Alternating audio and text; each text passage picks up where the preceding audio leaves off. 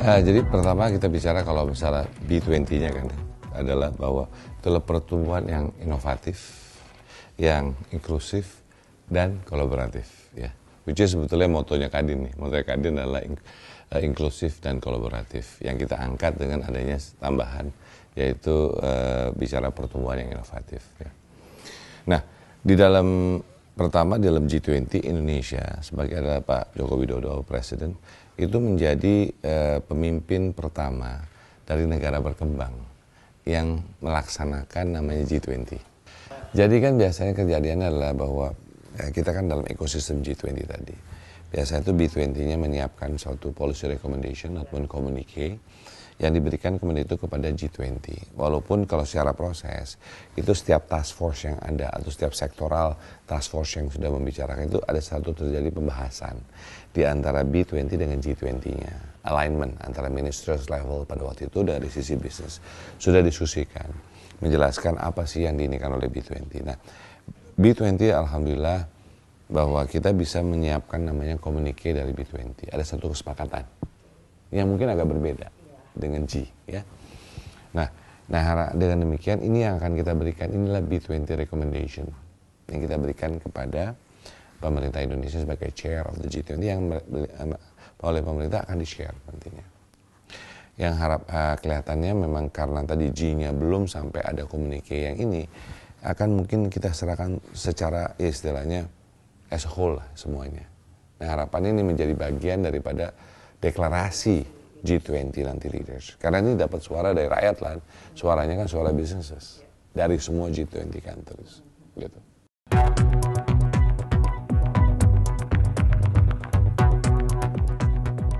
Jadi antara G20 dan B20, pemerintah dan juga Kadin yang mewakili dunia usaha, kita align mengatakan bahwa kita harus dorong agenda yang namanya dari negara berkembang.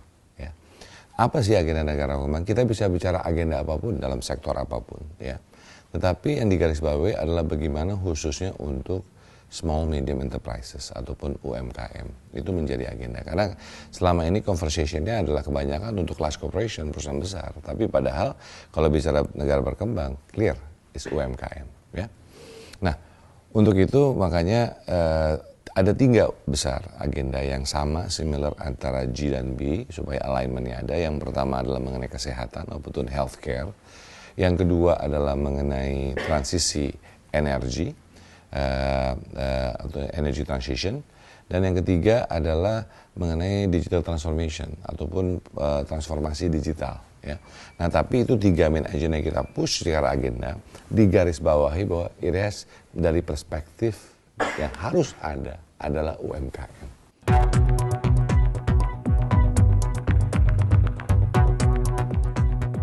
Kan kita percaya dan Pak Pemerintah terus Pak Presiden dan kami juga percaya bahwa bagaimana sih caranya supaya sebagai contoh UMKM bisa naik kelas ya, yang kecil bisa menengah, menengah bisa jadi besar dengan cara bagaimana yang paling utama itu akses to the global supply chain ya kan. Nah di sisi ini kan penting sekali bahwa UMKM harus bagian daripada mensuplai global chain ini ya. Nah untuk ini tadi contohnya digitalisasi ataupun struktur perubahan digitalisasi ataupun solusi digital bisa membawa itu as an example ya. Dan yang dimana kita percaya ini, makanya kita push digitalisasi, makanya pemerintah Indonesia juga Pak Presiden bilang infrastruktur digital harus terus dibangun ya, selain physical infrastructure. Kenapa?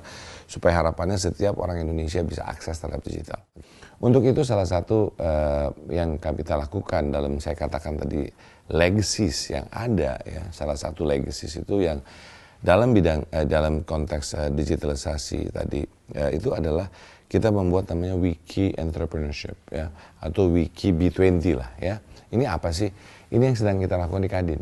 Kadin membuat namanya Wiki Wirausaha ya.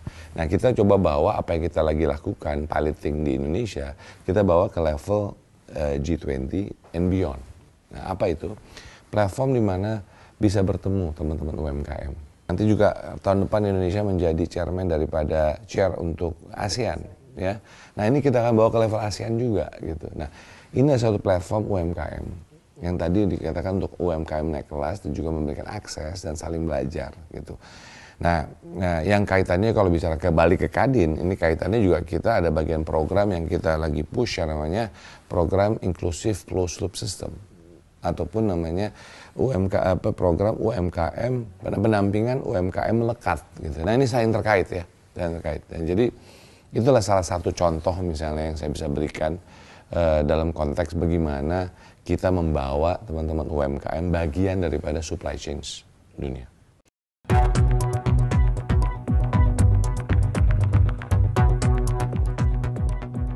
Bahwa konflik antara Ukraine dan Rusia ini change the dynamics, ya. Dinamikanya berubah. Nah, dan tapi yang paling pas adalah pertama gini, Indonesia dari awal kita clear, dari tahun 50-an kita itu non-alliance, kita teman dengan semua, dan itu dicontohkan dengan Pak Presiden Joko Widodo berangkat ke Ukraine pada waktu itu, lalu pergi ke Rusia. Saya rasa not many people, presiden loh, cuma satu-satunya yang bisa datang ke dua-duanya, bicara dengan dua-duanya, di welcome, dan semuanya mempunyai kepercayaan. Ini hebat buat saya.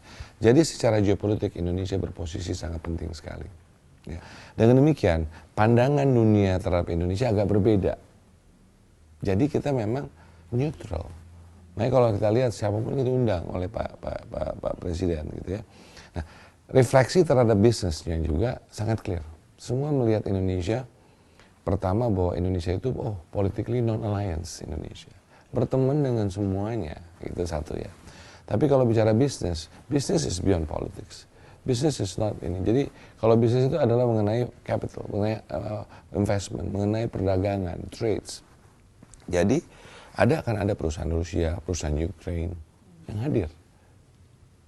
Jadi unlike nih, agak berbeda tentang the G and the B. The B mungkin lebih cair, katakanlah.